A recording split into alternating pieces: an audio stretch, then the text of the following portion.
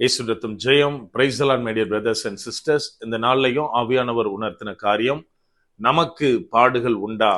ஆவியானவர் உணர்த்தின வசனம் பிலிப்பியருக்கு எழுதின நிருபம் அதிகாரம் 1 வசனம் 29.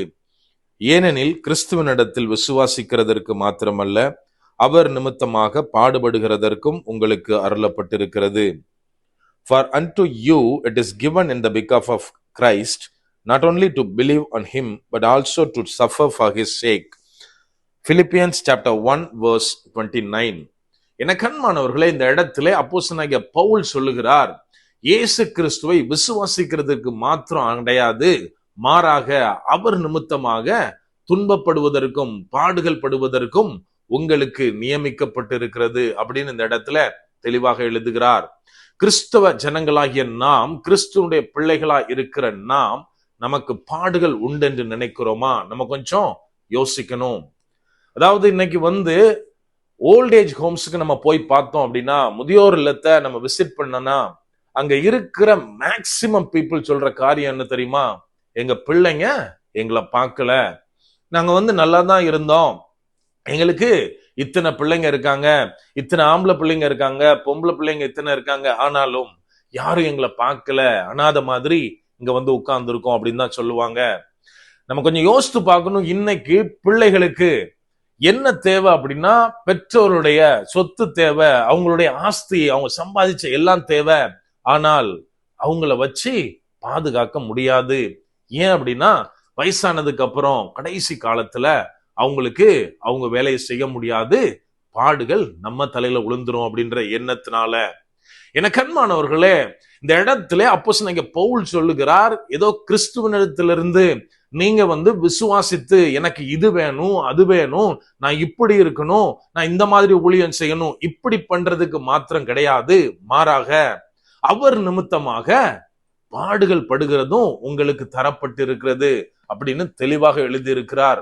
இதை எழுதுறது யாரு பார்த்தோம் அப்படின்னா, இயேசு கிறிஸ்துவனாலே ஊழியத்திற்கு அழைக்கப்பட்ட பரிதாபப்பட்ட பவுல் இந்த காரியத்தை எழுதுறாரு. என்னன்னு? பாடுகள் உண்டு அப்படின்னு. ஆனா இன்னைக்கு இருக்கிற நவீன பவுல்கள் என்ன சொல்றாங்க தெரியுமா? கிறிஸ்து சிலுவை மரத்துல எல்லாத்தையும் செஞ்சு முடிச்சாச்சு, நம்முடைய பாடுகளை அவர் ஏற்றுக்கொண்டாகி விட்டது, நமக்கு பாடுகள் கிடையாது அப்படின்னு. என கண்மானவர்களே, நம்ம ஒன்னே ஒண்ணு மாத்திரம் நல்லா புரிஞ்சுக்கணும். இதை இவங்கள எங்க இருந்து சொல்றாங்க அப்படின்னா, ஒரு நல்ல கம்ஃபர்ட் சோன்ல, ஏசி ஹால்ல, ஏசி வச்ச சர்ச்சில் இருந்து இந்த காரியத்தை சொல்றாங்க. நமக்கு ஒரே ஒரு கேள்வி என்னன்னா, இவங்க இந்த காரியத்தை எங்க வச்சு சொல்லணும் அப்படின்னா, நார்த் இந்தியால, அதுவும் அடி விழுற இடத்துல இருந்து சர்ச் நடத்திட்டு ஒவ்வொரு சண்டேயும் இதே போல தேவனை ஆராதிச்சுட்டு அனிவர்சரிக்கு, சர்ச்சோட அனிவர்சரிக்கு சொல்லணும், கிறிஸ்துவனுடைய ஊழியத்தை செய்கிறேன், கிறிஸ்துவனுடைய சுவிசேஷத்தை அறிவிக்கிறேன், கிறிஸ்துவின் நிமித்தமாக எனக்கு பாடுகள் இல்லை அப்படின்னு சொன்னா நம்ம அக்செப்ட் பண்ணிக்கலாம்.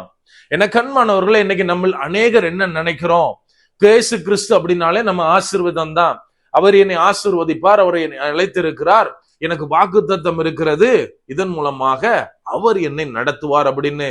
ஆனால் நம்ம கொஞ்சம் புரிஞ்சுக்கணும், இயேசு கிறிஸ்துடைய ஊழியம் அப்படின்னாலே பாடு நிறைந்தது. அதாவது நமக்கு வருகிற கைண்ட் ஆஃப் பேட்டில் மாறலாம், ஆனா பேட்டில் மாறாது. அதான் நல்லா புரிஞ்சுக்கணும், ஒவ்வொருத்தருக்கும் ஒவ்வொரு விதமான பாடுகள் இருக்கும். ஆனால் பாடுகளே கிடையாதுன்னு சொல்ற நபரை நம்ம பார்க்க முடியாது. ஆனா இதையும் தாண்டி சிலருக்கு பாடுகள் வராது. யாருக்கு தெரியுமா? ஆவியிலே அனல் இல்லாமல் ஏதோ கடமைக்காக, வயிற்று பிழைப்பிற்காக ஊழியம் செய்கிறவர்களுக்கு பாடு வராது. ஏன் அப்படின்னா, சத்துருவானவனுக்கு அவங்களால எந்த பிரச்சனையும் கிடையாது, அவங்களுடைய வேலைய அவங்க ஈஸியாக்குறாங்க, சோ எந்த டிஸ்டர்பன்ஸும் இருக்காது. இன்னும் விசுவாசிகளை எடுத்துக்கொண்டால், நம்ம சர்ச்சில் ஒரு சேர் மாதிரி இருக்கும் அப்படின்னா எந்த பிரச்சனையும் வராது. அதாவது பிசாசுக்கு சேரும் ஒண்ணுதான், அப்படிப்பட்ட விசுவாசியும் ஒண்ணுதான். 2 பேரும் இருப்பாங்க, ஆராதனை நடக்கும், அபிஷேகத்துல நடத்தப்படுவாங்க, வார்த்தை வரும், எது வந்தாலும் 2ல இருந்து ஒரு ரியாக்ஷன் வராது. சோ பிசாசுக்கு எந்த பிரச்சனையும் வராது, டிஸ்டர்பன்ஸ் பண்ண மாட்டான். ஆனால் நம்ம எப்போ சர்ச்சில் மைக்கை போல செயல்படுகிறோமோ, எப்படி மைக்கு தேவனுடைய நாமத்தை அறிக்கையிடுமோ, அது கொஞ்சம் கொடுக்கிற சவுண்ட பெருசா மாத்தி கொடுக்கும். இதை போல ஒவ்வொரு விசுவாசியும் செயல்படும் போது, இயேசு கிறிஸ்துவை அறிவிக்கும் போது, தேவனுடைய நாமத்தை உயர்த்தும் போது, இயேசு கிறிஸ்துவை தெரியாதவங்களுக்கு சுவிசேஷம் சொல்லும் போது பிசாசு பிரச்சனையை கொண்டு வருவான். அப்போது இயேசு கிறிஸ்து நிமித்தமாக அவர்கள் பாடுகளை சந்திக்க நேரிடும். என கண்மானவர்களே, நம்ம தான் டிசைட் பண்ணணும் நம்ம எப்படி இருக்கணும். உயிரில்லாத ஒரு பொருளை போல தேவனுக்கு முன்பாக நாம் நிக்கணுமா, அல்லது பாடு வந்தாலும் பரவாயில்ல, பிரச்சனை வந்தாலும் பரவாயில்ல, அதை சகித்து கொண்டு நான் உயிர் உள்ளவனாக தேவனுக்கு முன்பாக நிற்பேன் அப்படின்ற முடிவு எடுக்கணும். என கண்மானவர்களே, நாம் எப்போது தேவனுக்காய் ஓட ஆரம்பிக்கிறோமோ, பாடு வரலாம், போராட்டம் வரலாம், அடி விழலாம், இருந்தாலும் தேவனுடைய சுவிசேஷத்தை, இயேசு கிறிஸ்துடைய ராஜ்யத்தை நம்ம எப்போ கெட்ட நம்ம முயற்சி செய்கிறோமோ, அப்போது தேவன் நம்மை கொண்டு பெரிய காரியங்களை செய்வார். அப்படியே கண்களை மூடுவோமா? அன்பான ஆண்டவரே, இந்த நேரத்திலே அப்பா உம்மை நோக்கி பார்க்கிறோம். ஆவியானவரே, நீர் எங்களோட இருக்கிறீர், அதற்காய் நன்றி செலுத்துகிறோம். அப்பா, நாங்க இன்னைக்கு அநேக நேரத்துல இயேசு கிறிஸ்துவிடத்திலிருந்து நாங்கள் ஆசீர்வாதத்தை மாத்திரமே எதிர்பார்க்கிறோம் தகப்பனே. ஆனா எங்களுடைய அழைப்பு அப்படி அல்ல.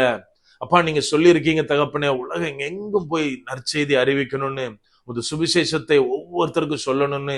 அப்பா, நாங்கள் ஒவ்வொருத்தரும் உமது ஊழியத்தை செய்ய ஆவியானவரே நீர் எங்களுக்கு உதவி செய்யுங்க.